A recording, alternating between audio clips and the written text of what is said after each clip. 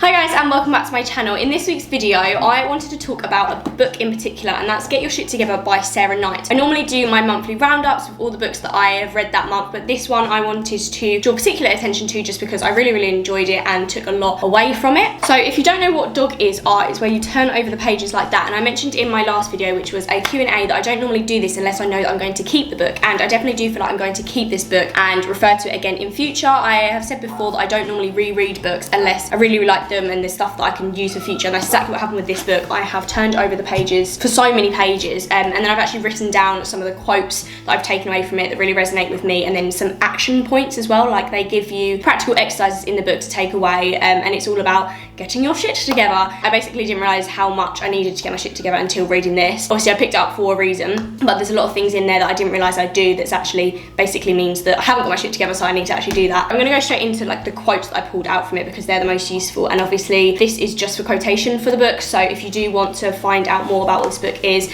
I'll list it down below. So it's Get Your Shit Together by Sarah Knight. So on page 28 it says, just because you're doing a ton of shit all day every day does not mean you have your shit together, and I definitely think that applies to me a lot because I feel like I have to be productive every single day, and even in my free time I feel like I have to just be doing something, and I suppose, yeah, just someone clearly saying in black and white it doesn't mean you have your shit together, I suppose resonates with me, because sometimes getting shit together actually means the opposite and taking time to relax. And the next page, on page 29, it says ... you're competing exclusively against yourself, and winning is getting what you want out of your time on planet Earth, whatever that entails. And I think I definitely do that. I compare myself to a lot of other people all the time, whether it's work stuff, YouTube stuff, personal stuff, appearance stuff, whatever, and I think that's something that I need to remind myself all the time. Like, your own, you know, competitor is yourself, or like your past self. Just try and be better than that rather than other people around you. On page 71, Sarah Knight has trademarked it. It's called fuck overload, basically giving too many fucks about enough time, energy or money to devote to them, keeping you overbooked, overwhelmed and overdrawn. And I definitely do that. I try to put my all into absolutely everything and then feel the consequences of that, where I'm completely burnt out and then can't give any energy to any of those things. Page 97 says, it's not the size of your inbox, it's how you use it. So this is referring to work stuff and your emails. So basically saying, yeah, it's obviously not about the volume of it, it's about your organisation skills and how you use that. Essentially, the more there is in your outbox, the more there is in your inbox. And I definitely am guilty of in the past of sending emails that say kind of useless things, just like thank you, and there's no point in that because that carries on the conversation and that person doesn't need it on the other end, and you don't need to be spending the time doing that. And on page 158, talking about relationships, it says, it's all about being the best partner you can be, back and forth in perpetuity, like a relationship relay. And this I really like, and it just talks about, yeah, having healthy relationships, but this is more of a romantic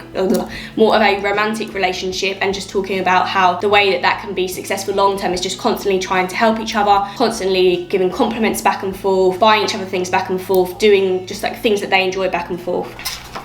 Then on page 173, Sarah says, your job is to get your shits together, not worry about everyone else's. And I definitely think that I do that, especially at work. My job in publishing is heavily reliant on other people, and we work very closely in all the teams together. And sometimes I think, oh, just because I've done my bit, I still feel responsible for the other people after me or before me or whatever. I think that I need to take a step back and just realise that what I'm doing is all I need to be doing, if that makes sense. Like, that's all I'm responsible for. And I suppose that goes the same for everything in life as well. Like, other people's problems, don't take them on myself. Obviously I can help people, but I don't need to feel that that's my shit that I have to deal with. And then the final quote that I pulled from this book, Get Your Shit Together by Sarah Knight, is on page 233. It says, eventually the fear of failure becomes just as powerful and punishing as the failure itself. And that definitely applies to me. This is talking about perfectionism, and I definitely think that I have to be a perfectionist at everything. I don't start things for the fear of failure, and that's sort of what this is talking about, that the fear of failure is sometimes like more powerful, more dangerous than actually just getting it done, maybe failing, maybe getting it right. You've actually got to start it in the first place and ignore kind of the feelings that you're feeling before you start it, if that makes sense. So now I wanted to move on to the actions. As I said, this book is full of personal experiences by the author herself, and it's full of CBT exercises and things that you can take away, and that's why I said that I kind of turned over some of the pages and want to keep this in future because it's something that I can keep going back to. But for now, I wanted to write down some of the actions that I wanted to do in the very near future. On page 66, it says time yourself doing daily tasks, and this is talking about how, kind of talk about time management. Basically, I'm late for everything. Not everything, but I'm late to things a lot of the time, and often what they were saying in this book is that you don't realise how long it takes to do everyday tasks. So it was saying, you know, if someone says to you, "Oh, have a quick shower and, you know, be ready in 10 minutes," if you know that your showers take longer than 10 minutes, it's kind of that awareness that's going to help you with your time management in future. It was basically saying the action to take is every day for a week, time yourself doing normal daily tasks. So having breakfast, time yourself, put a stopwatch on, stop it as soon as you finish, and maybe you get some awareness of how long things take. Maybe they're shorter, maybe they're longer than you initially realised. One of the most important, if not the most important thing that I took away action-wise from this book is on page 72, where Sarah talks about turning your to-do list into a must-do list. I'm very guilty of putting a lot of things on my to-do list and feeling like I have to do that all, and then if I don't get it all done, I kind of beat myself up about it. Basically talking about having two separate lists. So your to-do list of all the things you want to do eventually, then your must-do list is kind of about prioritization and what you have to do in that day. So if you know there's a particular deadline on that day, and that's going to be on your must-do list, so you have to do that. But obviously if there are things that can wait, just leave that on your to-do list, and then your must-do list will eventually be a lot smaller. And Sarah Knight gives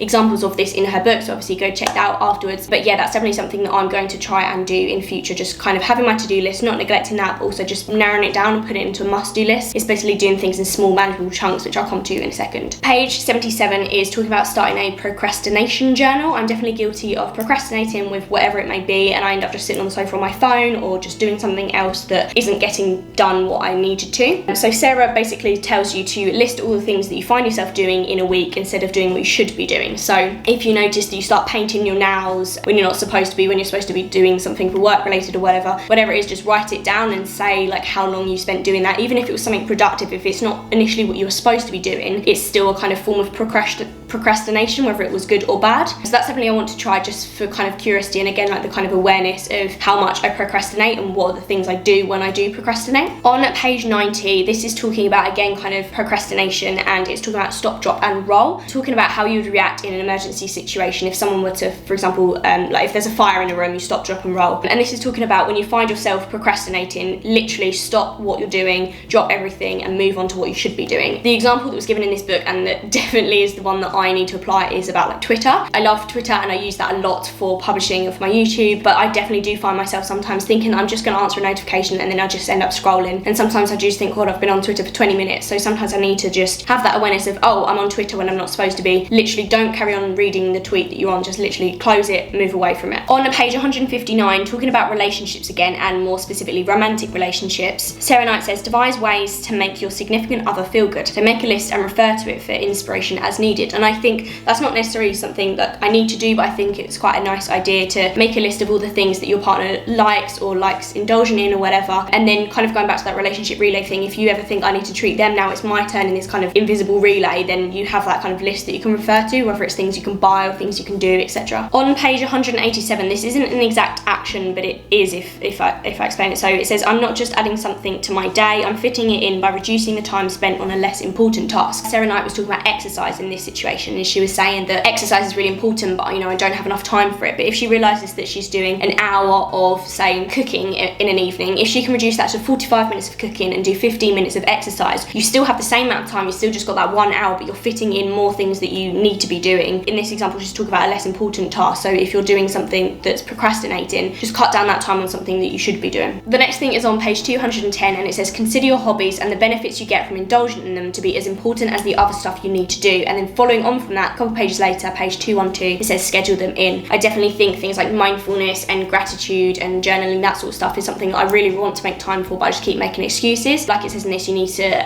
treat it as something important as work and family and making time for food, etc. On page 242, Sarah says, be entirely ready to almost banish perfectionism from your life. Again, it's talk about being, having high standards and being a perfectionist, and she basically just says you're never going to be perfect at absolutely anything, so you just need to focus on just getting it done in the first place, being good enough, and just completely banish the idea of perfectionism. Obviously that's easier said than done, but yeah. Also on page 242, Sarah says, make a note each time the world does not end because you failed to be perfect. So again, linking onto the same idea, I think sometimes I worry about things, would go terribly wrong if I do something badly, and this is obviously just about putting it into practice and writing down, I did this wrong, but the world didn't end, everything carried on fine. On page 252, Sarah Knight talks about someone actually recommended to her doing bingo. So So you draw out a square board of bingo, and then in the squares you write something that represents having your shit together, whatever that means for you. And then basically if you can tick off a couple of them a day, then that's enough. Whether it's just I managed to get out of bed, I managed to brush my teeth, or it's, you know, I managed to send all my stuff on the deadlines, whatever it is, if you can just do a couple of them a day, you have your shit together. Almost there. On page 262 it says